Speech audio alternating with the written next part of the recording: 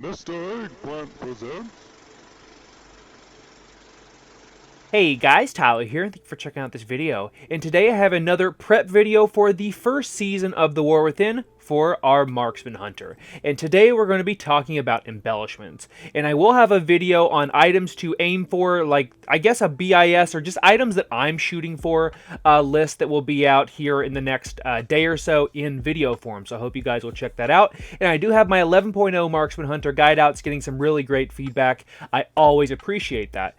And speaking of feedback, since we are talking about embellishments today, different iterations of this video have been done here on my channel back in Dragonflight, and so I've decided to talk about the embellishments really quick, but also walk you through how to actually put an order in if you're not the crafter yourself, because embellishments, for those of you that don't know, are added to crafted gear here in previously in Dragonflight and then now here in The War Within. There are a bunch of different embellishments that you can add to gear. Some gear pieces already have an embellishment on them and you can't change that. For example, let's go ahead and look at like this one here. The Waders of the Unifying Flame already has that embellishment. As you can see, it says Unique Equipped Embellished 2. So that means you can have 2 embellishments at one time. You can also make epic pieces of gear, and then you can add embellishments to these, which we'll talk about here in just a second. But there is a couple of different options for your Marksman Hunter depending on the content that you're going to be doing throughout this first tier. And so I'll try to give you guys all of your options and be as transparent and helpful as possible. So in my Marksman Hunter guide, I mentioned that I was going to be rushing the POW gun, which I still am. It's going to be one of the best items that you're going to have here in the first tier. The only thing that beats it is like a pure mythic bow that goes all the way up to 639. The bow, or excuse me, the gun that you can craft through engineering can get up to 636, assuming you have those crests that you get from, I believe, either an 8 or higher or a 10 or higher in Mythic Plus, or of course do some Mythic raiding. I am not someone who normally raids Mythic, so that 639 raid bow is out of the picture for me. I might be able to get a 639 out of my vault once I start doing 10s or higher during the season. But until I get to that point, which we're kind of a long ways off from that, the gun is going to be the best way to increase my damage on my Marksman Hunter. So you'll go ahead and you're going to add the first embellishment to the gun, which I'm going to go ahead and jump on my Brutosaur here really quick, which is going to be the Darkmoon Sigil Vivacity. And there's another option as well, which is Darkmoon Sigil Ascension. So TLDR on these, Vivacity will just give you a buff of all of your secondary stats for, I believe it's 15 seconds. I guess it doesn't actually say. It just gives you a buff. I believe it is 15 seconds though. It also gives you a little bit of speed or avoidance, and then that just procs every time you have, or every chance that you're doing damage. And then the Ascension one, that one is a stacking buff that you get. Is basically it's going to refresh and it stacks 89 of a random secondary stat for 15 seconds, and it stacks up to 10 times. I've had people questioning this because it looks like maybe some of the guides on like Icy Veins, Wowhead, that sort of thing has added this one. So I did want to make sure and tell you guys, yes, this is an option. For me personally, I'm not crafting 2 guns, so I'm going to be putting Darkmoon Sigil Vivacity on my weapon. It's going to be just as good, maybe just a little bit less for raiding for like single target damage, but it's hardly noticeable. And honestly, the price of the gun is really high right now for your different parts for it, that sort of thing, to actually craft it. So I am going to give you a cheaper alternative as well. But for me, the very first item is going to be that Darkmoon Sigil Vivacity POW gun, which will be out of the box 606 item level at a 5-star craft. And then I'm going to up that all the way up to 636 in the coming weeks, thanks to the crest system. And then, so that's your 2 options. Vivacity is going to be good all around for both single target and AoE, for raid and for Mythic Plus. And Ascension is more of a single target oriented enchant. So do keep that in mind, since it does take time, up to 80 seconds in fact, to get fully stacked up. It is more stats when it's fully stacked up, but again, you have to stay in combat. It's every 8 seconds it will add another stack, and that stack tops out at 10. But the other one is going to be a Dawn Thread lining, and it works exactly the same way as our Blue Silk lining did last expansion, only this gives us crit, which is our best secondary stat. If you are someone who you're on a budget, you're not going to be doing high Mythic Plus, you're not going to be getting into Mythic Raid, anything like that, and you don't think that you can make a 636 weapon, totally fine. Go make 2 crafted items and put Dawn Thread lining on there. You do have to have a spark, which will have our second spark this next coming week. In fact, it's tomorrow as of me recording this video. If you want to run with 2 Dawn Thread linings, do that. You can still get some tremendous value out of that, and those do stack. As you can see, there is quite a bit of a price difference. I actually have all my pieces already ready to go for the gun, thanks to Glitchy and his hard work helping me make this thing possible. But I will be going ahead and making that gun.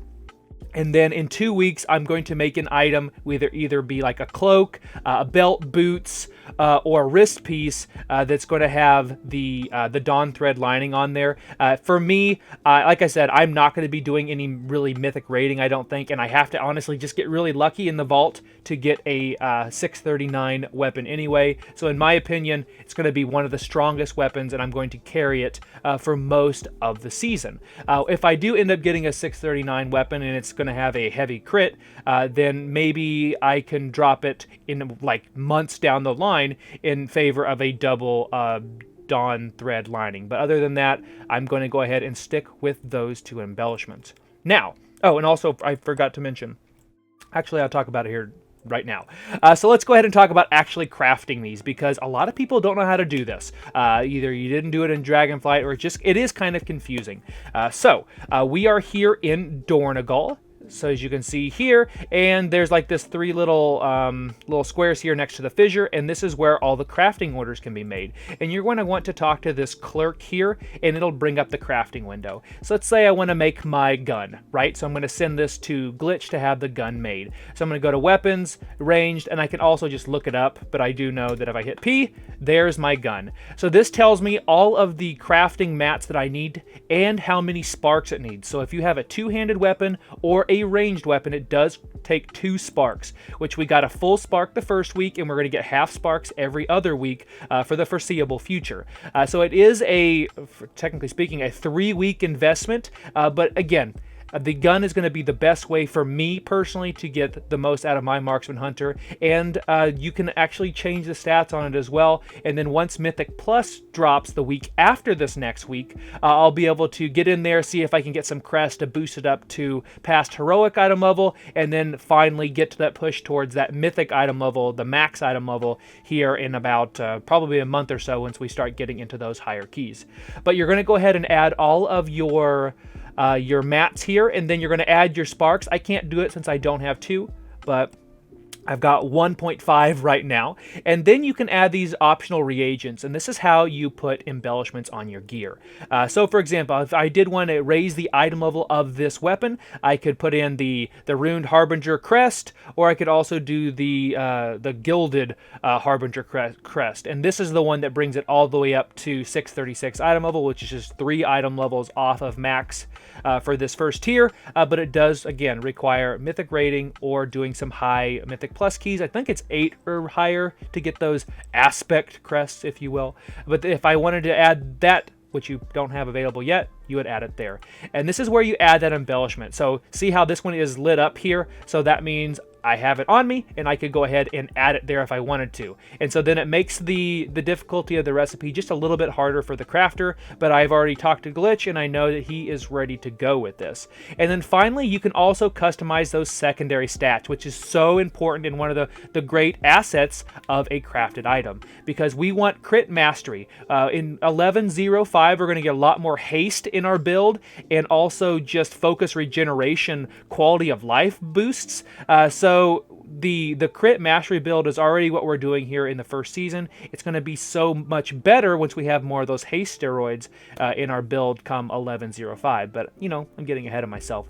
But you can go ahead and grab one of those Algari Missive of the Peerless. Again, it's just like the sigil. Regardless of what sigil you put on there, it will make the craft just a little bit harder. But since I have the 3-star ones, I paid a little bit of money for that. It's not the end of the world. So once I got those sparks, I would type in Glitch's name there, send it as a personal order with my tip, and then that item will be crafted. And then he would craft it for me. Then if you want to make one of those armor pieces, like I said, it can be, I would suggest either the back piece, which made by tailoring, or a wrist piece, a belt, or boots that are made by leatherworkers. So let's just say, let's just do for, let's do, I don't know. Let's do boots. Let's do it. So then I would pick up one of these glyph etch stompers. I would add all of my reagents. I could actually get this crafted right now if I wanted to, since I do have one of those available. And then I could add my optional reagents here. And this is where I would put, for example, I'd change my secondary stats. And then this is where I could put my Dawn Thread lining. So as long as you're above 80% health, you're going to get some really great crit out of those items. And then very, very soon, we'll be able to have, I guess in 2 more weeks, for me at least, we'll be able to have both the weapon and the second embellishment for that crit, and we'll be doing significantly more damage, and I cannot wait to share the rest of my experiences for this first tier with you guys. But what do you guys think? Which ones are you going to be after? Again, the Dawn Thread lining is the much cheaper alternative, and you could have both embellishments on Tuesday if you wanted to. You just get some good value out of staying above 80% health in both dungeons, whether that be Mythic Zeros this next week or Mythic Plus the week after that, or also in Raid. As long as you stay above that health threshold, which was better than the 90% plus that we had last expansion, you're going to be in business. And that is a buff that you can track in details if you want to know what your uptime is. But leave me your feedback down below. Thank you guys so much for hanging out, and consider subscribing to me here on YouTube and follow me over at Twitch at twitch.tv/Mr. Eggplant. I've got more videos very soon. Can't wait to share those with you, and I'll see you next time.